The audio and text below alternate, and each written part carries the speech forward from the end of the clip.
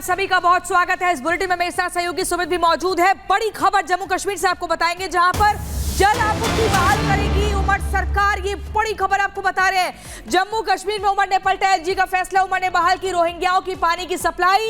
LG के आदेश पर बंद की गई थी पानी सप्लाई। जम्मू कश्मीर के जल शक्ति मंत्री ने इस बात की जानकारी दी है। उमर सरकार का पानी कनेक्शन बहाल करने का निर्देश जारी हो चुका है। रोहिंग्याओं को पानी सप्लाई लेकर बंद करने का फैसला एलजी ने लिया था, उस फैसले को पलट दिया है उमर अब्दुल्ला ने। रोहिंग्या आबादी क्या नेशनल कॉन्फ्रेंस का वोट बैंक है, इसीलिए बड़ा फैसला लिया गया है। एलजी के फैसले को पलटा गया है। क्या वोट के लिए सुरक्षा से खिलवाड़ कर रहे हैं उमर अब्दुल्ला, ये एक बड़ा सवाल है।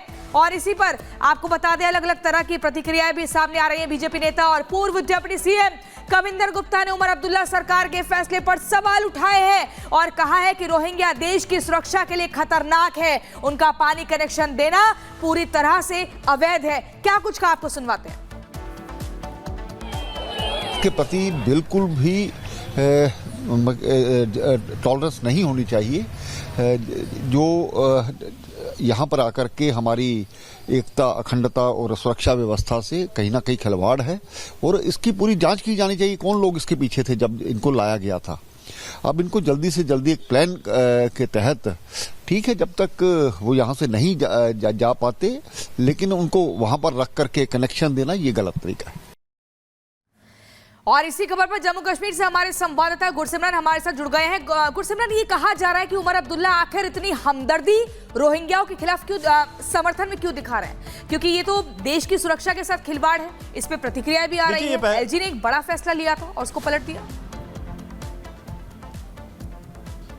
देखिए, बिल्कुल स्वाभाविक था कि मनोज सिन्हा प्रशासन की तरफ से जो फैसला लिया गया है उससे जो है उमर सरकार पलटेगी। और जैसे ही आज सुबह हमने जम्मू कश्मीर के जल शक्ति विभाग के मंत्री जावेद राणा से बात की, उन्होंने सुपरिटेंडेंट इंजीनियर, क्योंकि उस वक्त वहाँ पर मौजूद थे, उनसे पूरी ब्यौरा लिया कि आखिरकार किसके कहने पर ये जो है कनेक्शन काटे गए थे। उन्हें बताया गया कि डिप्टी कमिश्नर जम्मू के आदेश पर ये कनेक्शन काटे गए थे। 450 के करीब जो है ये कनेक्शन काटे गए, ऐसा जो है सुपरिटेंडेंट इंजीनियर ने जावेद राणा, जो कि मंत्री हैं, उन्हें ब्रीफ किया। जिसके बाद तत्काल आदेश जारी किया गया कि ये जो है कनेक्शन काटे गए हैं, इन्हें बहाल किया जाए। ये बहाल क्यों किया जाए? क्योंकि उनका कहना था कि मानवता के आधार पर जो है इसे बहाल किया जाएगा ताकि पानी जो है मिलता रहे। उन्होंने कहा कि केंद्र सरकार जो फैसला लेती है रोहिंग्यास को लेकर, चाहे उन्हें वापस भेजना है या जो भी कानूनी फैसला होता है वो लिया जाए, लेकिन पानी जो है वो नहीं काटेंगे हम। ये बिल्कुल साफ कर दिया गया है जम्मू कश्मीर सरकार, जो कि नेशनल कॉन्फ्रेंस और कांग्रेस की सरकार है, इनकी तरफ से कि पानी नहीं काटा जाएगा। और इसके आदेश दे दिए गए हैं कि जल्द से जल्द पानी की जो सहूलियत है वो बहाल की जाए। ये रिपब्लिक मीडिया नेटवर्क से बातचीत करते हुए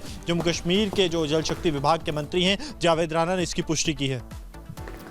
बिल्कुल गुरसिमरन, महत्वपूर्ण जानकारी आप दे रहे हैं। फिलहाल के लिए आपका बहुत शुक्रिया। इसी बीच अगली बड़ी खबर अपने दर्शकों को बता दें, महाराष्ट्र से, जहां पर शिवसेना, यूबीटी और समाजवादी पार्टी में जबरदस्त तरीके से नाराजगी देखने को मिल रही है। अबू आजमी ने बयान जारी करते हुए बताया है कि कैसे वो शिवसेना, यूबीटी की जो व्यवहार है उससे नाराज है।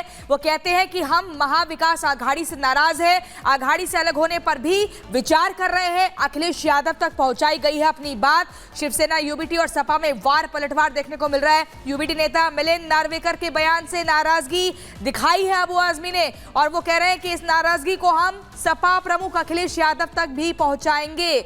यानी कि उद्धव को लेकर अब नाराजगी उन्हीं के सहयोगियों के बीच बढ़ती जा रही है।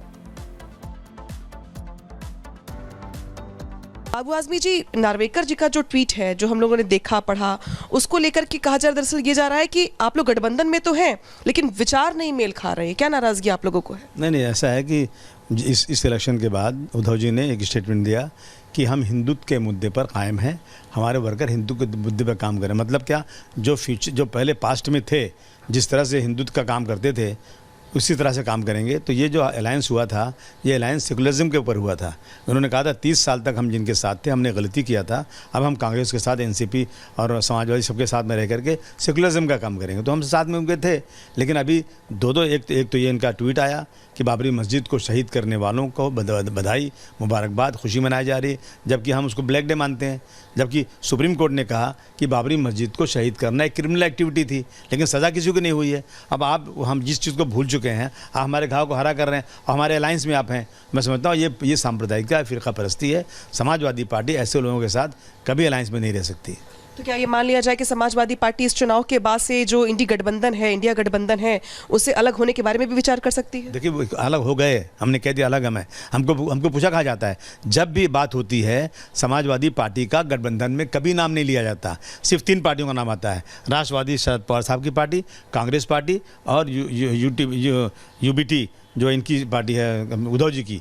3 के अलावा नाम को आते ही नहीं। हम तो बिन बुलाए मेहमान हैं, हम तो इसलिए हैं, हम छोटी पार्टी हैं, यहाँ तो हमको सीटें उनसे मांगना है, देना नहीं। हम यूपी में टिकट सीट देने वाले हैं, यहाँ लेने वाले हैं, लेकिन ये हम लोगों को कभी गिने नहीं इन्होंने। लेकिन हम नाम के लिए भी अगर उसमें हैं, इसलिए हम थे कि भाई एक सेकुलर अलायंस बनना चाहिए, सीटों का और वोटों का बंटवारा नहीं होना चाहिए। लेकिन जब इस तरह के स्टेटमेंट आएगा, मैं समझता हूँ कि हमारे लिए बहुत ही ख़राब है। मुलायम सिंह यादव जी ने हमेशा सेकुलरिज्म के लिए काम किया है, अखिलेश जी उसी में काम करते हैं, तो हम ऐसे लोगों के साथ कैसे रह सकते हैं? तो वहीं एमबीए के अंदर हो रही बयानबाजी और सिर फुटअव्वल को लेकर बीजेपी विधायक राहुल नार्वेकर की तरफ से बड़ा बयान सामने आया। उन्होंने कहा कि एमबीए के अंदर जो पार्टियां हैं वो सिर्फ निजी हितों को लेकर हैं। क्या कुछ कहा राहुल नार्वेकर ने, जरा सुनवाते हैं।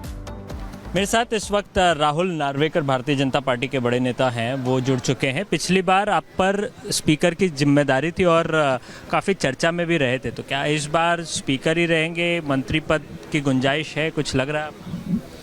नहीं, मैंने ऐसी कोई भी मांग मेरे पार्टी से नहीं की है। मेरे पार्टी ने मुझे बहुत कुछ दिया है और इसीलिए जो निर्णय मेरी पार्टी लेगी उसको स्वीकारा जाएगा और जो जिम्मेदारी मेरी पार्टी मुझ पे देगी वो जिम्मेदारी मैं योग्य प्रकार से पार करूंगा। कोई सूचना अभी तक पार्टी ने की है आपको? नहीं, ऐसी कोई सूचना मेरे तक आई नहीं है। एक सवाल लूँगा, देवेंद्र जी का कल एक इंटरव्यू हुआ हमारे चैनल पर पब्लिक टीवी से, खास बातचीत में उन्होंने बताया कि भारत जोड़ो यात्रा में कैसे फॉरेन फंडिंग की गई थी और एक नैरेटिव जो है वो सेट किया जा रहा था अराजक तत्वों द्वारा, और अब ये कह रहे हैं कि वो अब इसकी जांच कराने की बात कह रहे हैं। आपको लगता है कि लोकसभा के दौरान एक अंतर्राष्ट्रीय शक्तियाँ जो है मोदी जी को हराने के पीछे? नहीं, किस विषय में? भारत जोड़ो यात्रा के दौरान अराजक तत्वों ने जो है इसको फंडिंग किया था मोदी जी को हराने के लिए। राहुल गांधी विदेश भी गए थे, अब वो कह रहे हैं कि इसकी जांच कराएंगे। देवेंद्र जी कह रहे हैं कि उसकी जांच कराएंगे। बिल्कुल, अगर ऐसे संकेत प्राप्त हो रहे हैं तो निश्चित रूप से इसकी जांच होनी बहुत आवश्यक है।